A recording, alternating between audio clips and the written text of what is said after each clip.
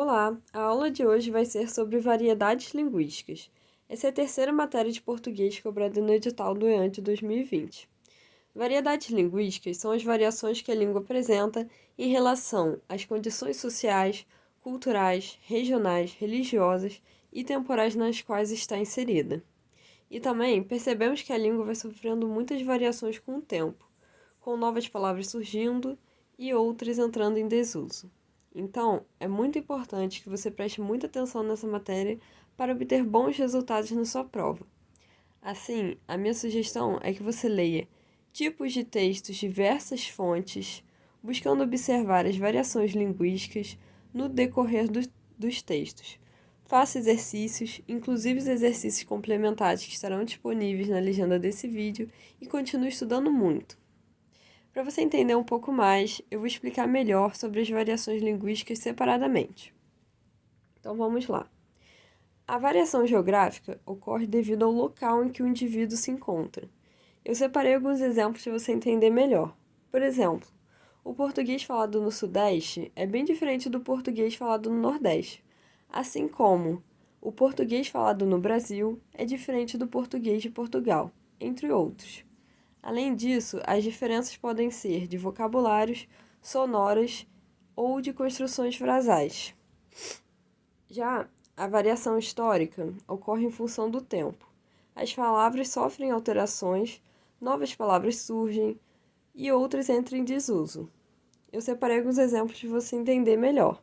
Por exemplo, vossa mercê foi se modificando até se transformar em você, assim como talhada, que se transformou em cortada, entre outros. Agora, a variação social ocorre em função dos diferentes grupos sociais. Eu separei alguns exemplos para você entender melhor.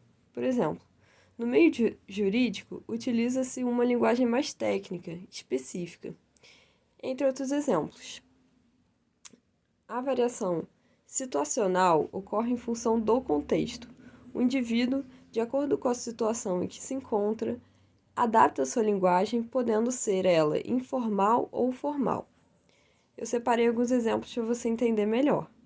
Por exemplo, diante de uma entrevista de emprego, o candidato utiliza uma linguagem mais formal, mais próxima da norma padrão.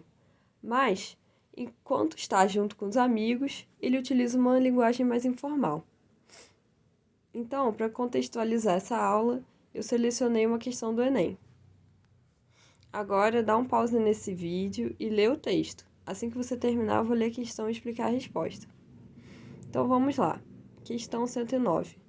A linguagem da tirinha revela, alternativa A, o uso de expressões linguísticas e vocabulário próprios de épocas antigas. Essa alternativa está errada porque as expressões linguísticas e vocabulários são da atualidade, não de épocas antigas. Alternativa B, o uso de expressões linguísticas inseridas no registro mais formal da língua. Essa alternativa também está errada porque as expressões linguísticas da tirinha estão inseridas num registro mais informal da língua, não um registro mais formal. Alternativa C, o caráter coloquial expresso pelo uso do tempo verbal no segundo quadrinho. Então, essa alternativa está correta. Por quê? Porque o termo tinha consertado não está de acordo com a norma padrão, pois ele deveria estar escrito tivesse consertado para atender a essa norma.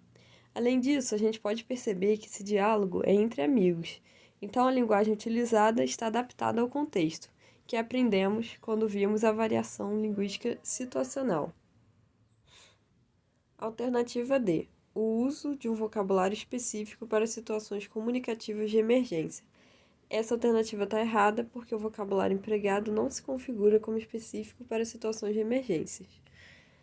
Alternativa E, a intenção comunicativa dos personagens há de estabelecer a hierarquia entre eles. Essa também está errada porque a intenção comunicativa dos personagens não é de estabelecer uma hierarquia entre eles. Então foi isso, espero que vocês tenham gostado e até a próxima aula.